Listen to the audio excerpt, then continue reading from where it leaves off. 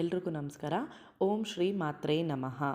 So ಈ short ವಿಡಿಯೋದಲ್ಲಿ ನಾನು ಲಲಿತಾ ಸಹಸ್ರನಾಮ ಹೇಳಿ ನಾವು 2 ರೀತಿಯ ಉಪಯೋಗಗಳನ್ನ ಪಡ್ಕೋಬೋದು. ಆ ಉಪಯೋಗ ಯಾವುದು ಅಂತ ತಿಳ್ಕೊಳ್ಳೋಣ ಬನ್ನಿ. ಮೊದಲನೇದು ಬಂದು ಆಧ್ಯಾತ್ಮಿಕ ಗ್ರೋತ್ ಅಂದರೆ ಸ್ಪಿರಿಚುವಲ್ ಗ್ರೋತ್. ಎರಡನೇದು ಬಂದು ಮೆಟೀರಿಯಲ್ ಗ್ರೋತ್. ಸೊ ಈಗ ಮೊದಲೇದಾದಂಥ ಸ್ಪಿರಿಚುವಲ್ ಗ್ರೋತ್ ಬಗ್ಗೆ ತಿಳ್ಕೊಳ್ಳೋಣ. ಇದು ನಾವು ಹೈ ಲೆವೆಲ್ ಎಕ್ಸ್ಪೀರಿಯನ್ಸ್ ಮಾಡಿದಾಗ ಮಾತ್ರ ನಮಗೆ ಗೊತ್ತಾಗ್ತಾ ಹೋಗುತ್ತೆ.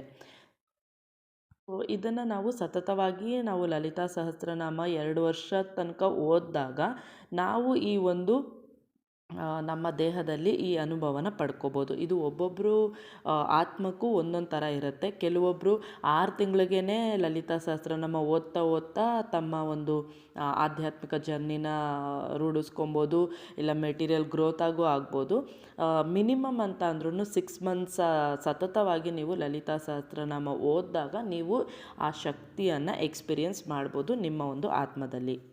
ಸೊ ಯಾವಾಗ ಈ ಅನುಭವ ಆಗುತ್ತೋ ಎಂಥ ಆತ್ಮವಾದ್ರೂ ಅದು ಕೋಪ ಮಾಡ್ಕೊಂಡೇ ಇರೋ ಹಾಗೆ ಒಂದು ಪಾಸಿಟಿವ್ ಎನರ್ಜಿ ನಮ್ಮಲ್ಲಿ ಕ್ರಿಯೇಟ್ ಆಗ್ತಾ ಹೋಗುತ್ತೆ. ಮತ್ತು ನಮ್ಮ ಚಕ್ರಗಳು 7 ಚಕ್ರ ಏನಿದೆ ಅದು ನಮ್ಮ ಕಣ್ಣಿಗೆ ಕಾಣಲ್ಲ, ಆದರೆ ನಾವು ಆ ಒಂದು ಚಕ್ರಗಳು ಆ್ಯಕ್ಟಿವ್ ಆಗ್ತಿದೆ ಅನ್ನೋದನ್ನು ನಾವು ಫೀಲ್ ಮಾಡ್ಬೋದು.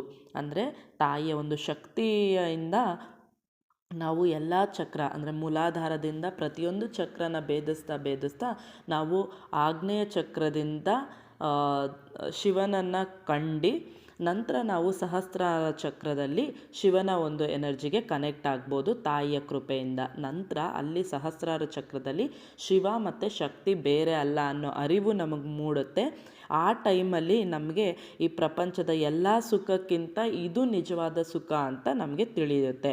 ಮತ್ತು ನಾವು ಎಲ್ಲ ಈ ಮಾಯೆ ಏನು ಅಜ್ಞಾನ ಇದನ್ನೆಲ್ಲ ತುಂಬಿರೋ ಅಂಥ ಆತ್ಮದಿಂದ ನಾವು ಹೊರಗೆ ಬರ್ತೀವಿ. ಮತ್ತು ನಮ್ಮ ಯಾವ ಪಾಸ್ಟ್ ಕರ್ಮ ನಾವು ಯಾವುದೋ ಒಂದು ಕೆಲಸಕ್ಕೋಸ್ಕರ, ಕರ್ಮ ಅಂದರೆ ಕೆಲಸ ಅಂತ ಗೊತ್ತಿದೆ ಅಲ್ವಾ, ಸೊ ಆ ಕೆಲಸಕ್ಕೋಸ್ಕರ ನಾವಿಲ್ಲಿ ಬಂದಿರ್ತೀವೋ ಭೂಮಿಗೆ, ಅದು ಕಂಪ್ಲೀಟಾಗಿ ತಾಯಿಯ ಮೂಲಕ ಡಿಸಾಲ್ವ್ ಆಗೋಗುತ್ತೆ, ಕರಗೋಗಿ ನಾವು ಮತ್ತೆ ಪುನರ್ಜನ್ಮ ಪಡೆಯೋಲ್ಲ. ಅದು ಮೋಕ್ಷವನ್ನು ನಮಗೆ ತಂದುಕೊಡುತ್ತೆ.